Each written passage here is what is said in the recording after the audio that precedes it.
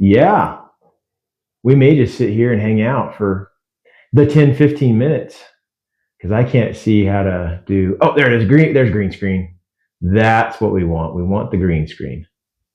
That's better. I found it. I found how to do the green screen, except for it won't skim. There we go. Zoom in. And there we go. Now we'll make it snappy. We'll make it quick. Okay. All right. Is it too tall above our heads? We need to adjust that. It is too tall. Let's adjust that a little bit more now that we have the picture better. There. Yay! Now we're all framed up, kind of. We're crooked. You know, it makes it real. Makes it authentic. Okay, we're on. We're live. We're here with Coffee with Mike, Stephanie Buffington with San Juan Realty here in Farmington, New Mexico.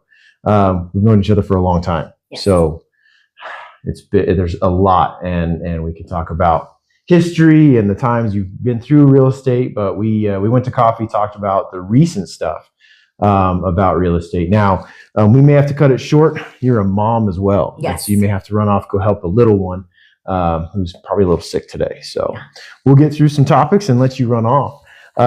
So we can jump right into it. As far as our original conversation and our interview, we talked about a buyer's broker agreement and the new things coming with that. What are your thoughts on it? What are you dealing with? What are you seeing with it? So initially, before the buyer's broker agreement became a requirement, it wasn't something that I personally like to do. Okay. And the reason for that is because I didn't ever want to lock a client into having to work with me or putting a time frame on our relationship. Because if for some reason we didn't jive, I always had a partner or I had an associate that I could pass them over to that maybe their personality fit with better. Sure.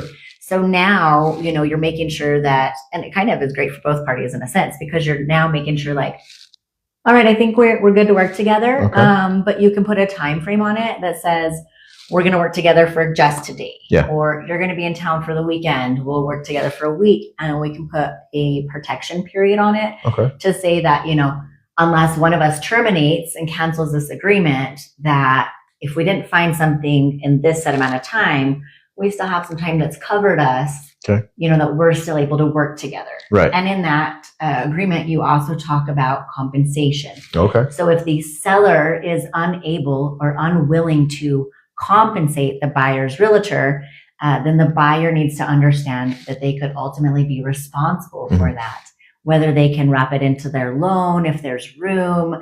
But you're going to have to talk and possibly negotiate how you're getting paid, how much you're getting paid, things like that. Okay, perfect. And that's key. That's part of the whole theme. I mean, everything we talked about over coffee was, it was all connected. And that comes into things like communication and asking all the right questions, or just asking the questions, no matter how dumb or you feel about asking. As a buyer or even as a seller, you may not know the information that you need. And so you need to ask those questions, voice your concern and communicate. And that was a big part of the conversation. You were talking about how you run into the fact that some people just don't communicate at all. You even said that over communication, it may sound not great, but actually over communication is better. Yes. Than not communicating at all. Yeah. Sometimes you'll work with a lender. I've been lucky that most of the lenders communicate really well. Sure. So I haven't had any problems there, like not communicating, unless I've had like an out-of-state lender. Sometimes they don't communicate as much. Right. But then you'll have realtors on the other side of the transaction that it's like pulling teeth to communicate with.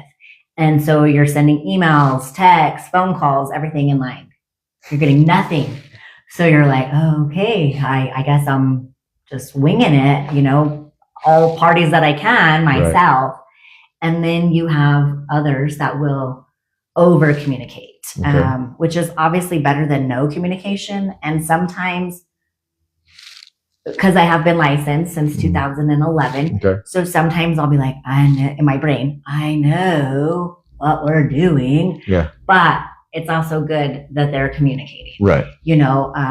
So you've got another realtor on the other side that they may be saying stuff that you already know. You're like, I understand this. I get it. But it's good that they're communicating to you, because that means there's really nothing missing. There's nothing that's being hidden. And so then you can even trust that realtor is communicating on the other side to everybody else. Yes. And so that means sellers are involved, or vendors are involved that have enough data to make a decision. Correct. That's good. Yeah. Okay. And then as far as, the buyers and the buyer's broker agreement and the new data and the over communication, we did jump into the idea that a lot of this data that's coming at people can be really overwhelming. And that creates a need for the parties of the transaction, the realtors, the lenders, the buyers, the sellers, all parties involved, to start collaborating. Because when you don't have a team working on the transaction, real self-centered, where the lender's only worried about lender-specific items, or a title company that they're only worried about what the title company needs, it doesn't go well. And I mean, I guess the question I would ask is, what would it look like in that kind of collaboration? What kind of scenarios have you run into? You talked about a survey as a question. Yes. So the new purchase agreements have changed. Mm-hmm. And one of the items in the purchase agreement, among several other items, is that the ILR, so the improvement location report or a survey, it states that on there that the seller can provide a current and acceptable ILR to the buyer. Right. Or that the buyer could request, for a new ILR, which would then, be pointed whoever is paying for that. Sure. And so it was my knowledge in the past that like an ILR was required by the lender right. on each transaction, even though some of these homes are, built in the 80s, 90s, They've never moved, the borders, the frames, Mm-hmm. nothing has changed. Well, and that's the thing, communicating and collaborating and coming to another level of understanding. We'd heard that before as well. And that's where, when people aren't working together, there's a lot of finger pointing. There's a lot of blame. There's a lot of, well, these people aren't doing their job. But when we're collaborating and discussing what's really necessary, we find out, maybe as a transaction or moving forward, we don't have to worry about certain things. For example, like you say, the ILR survey in New Mexico, it's not that we need the survey. It's that we need the title company to give us survey coverage, saying, hey, we have coverage for possible encroachments and other issues that might be on the property. Well, in order for a title company to issue that coverage, they actually require a survey or an improvement location report to be completed to show where the easements might be or where the borders generally are. And it's not a full-blown boundary survey. It's, hey, be aware of this encroachment here or this easement here that's showing up on the future property that you have. And so the new purchase agreement now states you don't actually need an ILR survey if the title company is willing to accept that. So that's a new change that, or the buyer is willing to accept it. As well, because the buyer is going to get the coverage they need. Now, there could be some things that, may not match up. So and that's the conversation. Well, we need to get that survey to the buyer so they can review it and they can say, okay, they look at it, they look at the properties, they know it, and they can find out, wait a second, there's an easement here that I didn't know about, or there's an encroachment here that they say is fine. So discussing it, educating it, understanding the concerns about it, it allows us to really develop a file and really take care of, the entire transaction and give everybody the best service. And that's the key, is that we do have to work on that communication and collaboration as a team, even though, technically there's a little bit of a him versus her in certain situations. It's like, no, buyer and seller are working together to try to get this deal together, and their representation is helping out, and the lender needs to say, hey, here's the limitations on it all. So a lot of little things, but with that collaboration, with that communication comes the discussion about rule changes, and like the buyer's broker agreement is a new rule change on a national scale. Yes. New Mexico now has disclosed things like the I'm going to say it wrong. Independent consideration, which is different than the earnest money, and it's very new. It to a lot of people it can be confusing. I, as a lender, personally, I don't see it as what I think as a necessity. I've had other discussions with other realtors, and they've said, no, it creates a contract. It makes the contract, and I have to be educated on what that means. What is this independent consideration as far as your perspective? What is it for? So before the independent consideration came out, you would have sellers that say, I'm doing all this and I'm tied into the contract, But what about the buyer? Okay. And so you would explain to them, the buyer has put up earnest money. Okay. The buyer's paying for a home inspection. Sure. The buyer's paying for an appraisal. So you were kind of reminding the sellers, like, the buyers, you may not like monetarily see it exchange, but they were still putting money into the purchase agreement, right? And so now the buyers are doing independent consideration because without some sort of monetary value being exchanged, then we're not under contract and the sellers aren't obligated, is what they're saying. So now, as long as it's greater than 0, then there can be exchange of money as independent consideration. Okay. And then you can still do earnest money. Now, the cool part is you can write that your independent consideration will go directly to the seller. Okay. So pretend you're the seller. Okay. I'm going to give you $100 just for accepting my offer. Okay. And I don't need it attached to my purchase. Okay. Or the other option is I'm willing to give you / put up $100, $200. Really, it's not probably going to be that much. Nobody knows, right? There's no set value. It's not a set requirement. So it could be $10, above 0, $50. Like, I just use 100 as an example. Sure. It's easy. So then the other option is you can say, okay, well, I'm going to deliver my independent consideration and my earnest money to the title company. Okay. And I would like my independent consideration attached to my purchase price. So therefore, you're going to get credited that like you would get credited. Really? I hadn't heard that yet. But if I terminate, then you get my independent consideration. Okay. Interesting. So it's a more, I would say, a more hard attached figure, deposit that says, hey, this can go towards my transaction. However, if I terminate, it's gone. Yours. Yeah. Okay. Yeah, instead of being like, I brought you a coffee because I want your house. Yeah. Now it's like, I gave you $1. Yeah. Because I want your house. So it means a little bit more tangible. It has a little bit more skin in the game. And it really is to be lost by the buyer. There's not really a way to refund it, but they can get a credit. So now I hadn't heard they can get a credit for it at the closing. Yeah. So our new purchase agreement says, there's a section, I don't know what number off the top of my head, but it says, can be applied towards the purchase price. Okay. Or is not. Okay. And so, if there's also the option though that the buyer can check, cash, Venmo, Zelle, Cash App, whatever. Right. So this $10, $50, whatever, to the seller directly. Okay. And then the seller would have a form, kind of like what we used to have the time off market form. Yeah. That is the seller providing a receipt to all parties that the independent they've received it. It's been completed. That's interesting because from a lender's perspective, if any money is going into the transaction, we have to paper trail it. Yeah. And Venmo and Zelle and all these instant cash, apps, they're convenient. However, the paper trail of them is extremely difficult. So it's one of those that over time we'll probably learn it as an industry, but it would be one of those, if you can document and paper trail the whole thing, we could be okay. Yeah.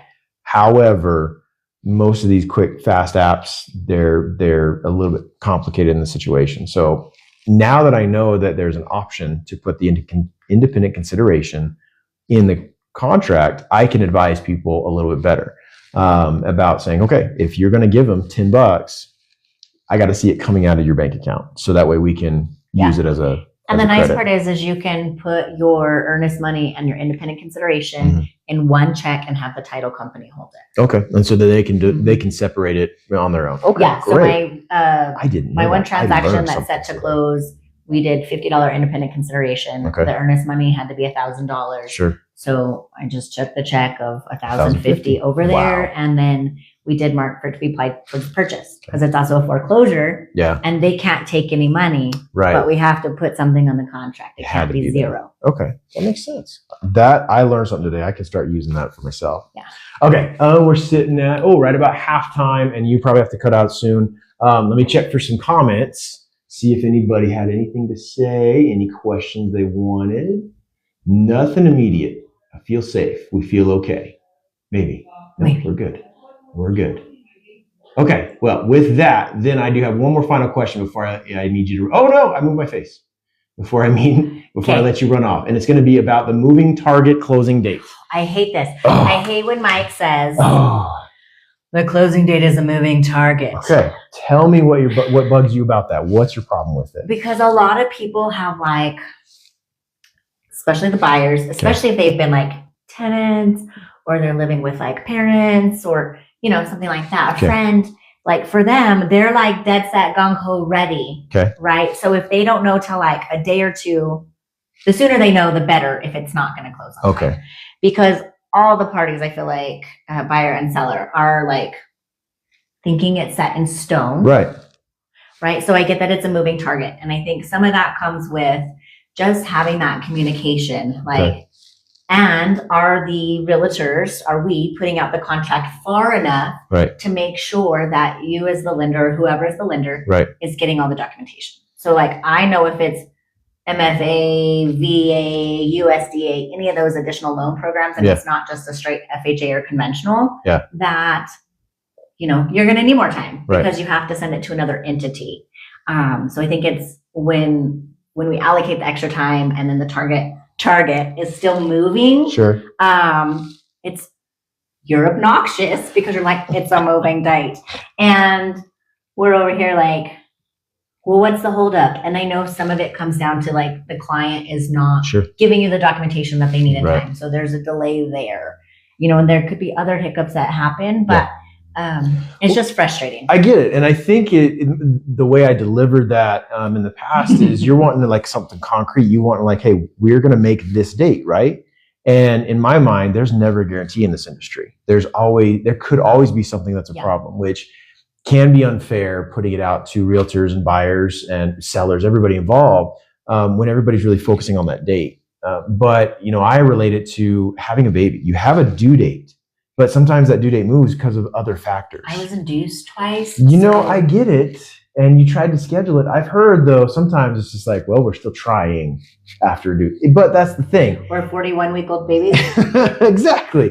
Some things can take longer or they get done sooner. Everybody would like it to be done on the date they planned. Some people love the idea of closing things sooner. But in my mind, because there's so many moving factors, and a lot of times we may not have that collaboration with the rest of the team. My favorite, it really comes down to places like foreclosure banks. They're not really sellers. They're a selling entity. So I have my buyer who has their realtor, who talks to the seller's realtor, who talks to an asset manager. It's not a seller who's excited to move out and move on to their other house. It's an entire bureaucracy of people that can slow the whole process down. Now, we can kind of figure out their turn times and we can kind of bank on where they're at. But if you have a whole string of things that has to happen before that, that's where when somebody says on the day 2 of the contract, are we going to close by this date? I'm not going to say yes to that. Well, I have a cash foreclosure right now, cash buyer, right? And so we're waiting for a while. We were waiting on title research because they needed stuff from the seller side. Right. And then my buyer, you know, talked to title, his escrow officer, because they went to high school together. So they're good friends. They schedule their own appointments, squeeze them in, you know, get them signed. And his wire is there. He's waiting to close, but he's got to wait for some additional documents to come back from the seller's asset manager side back, because those things have to be signed also. So we're just like, squeeze us in when you can, because it's cash. But if it was a loan, we would be looking at an extension. So having to move things out, me having to look at the updates on it all. So it is a moving target, but it's one of those, we have to change that perception and be able to say, hey, it may be a moving target until we get everybody on the same page. And then when we all point towards the same target and discuss what keeps us from hitting that point, that's the key. That's what saves the deal. So perfect. Well, that's been great. I don't see any other comments come through, and I know you got to cut out to go take care of the kiddo. So we'll get some clips out of here. We'll see if we can get some questions out of it all. I really appreciate you being here. Absolutely. Thanks, guys. If you need anything, let us know. Hit the off button, which never works on time.